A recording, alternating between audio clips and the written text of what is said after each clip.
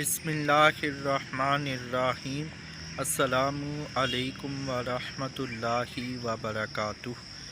مسعود Attari T V کی جانب سے آج آپ دوستوں کی خدمت میں رزق میں برکت کا بہترین نسخہ پیش کرنے کی سعادت حاصل کروں گا۔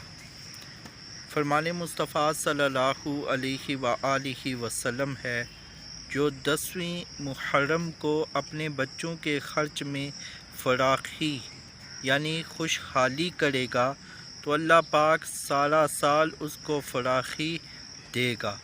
حضرت سیدنا سفیان رحمۃ اللہ تعالی علیہ فرماتے ہیں، ہم نے اس حدیث کا تجربہ کیا تو ایسے ہی پایا۔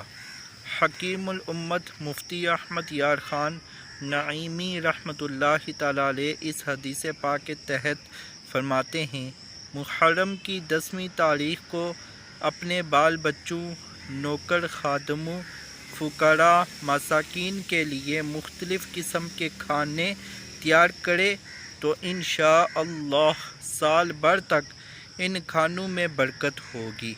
مسلمان عاشوراء کے دن حلیم یعنی کھچڑا پکاتے ہیں۔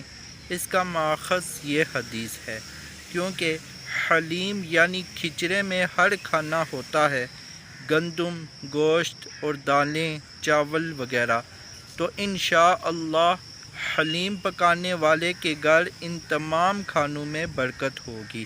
مزید فرماتے ہیں، خیال رہے کہ عاشوراء کے دن خود روزہ رکھو اور بچوں کو، فقراء کو خوب کھلاؤ پلاؤ، لہٰذا یہ حدیث عاشوراء کے روزے کے خلاف نہیں۔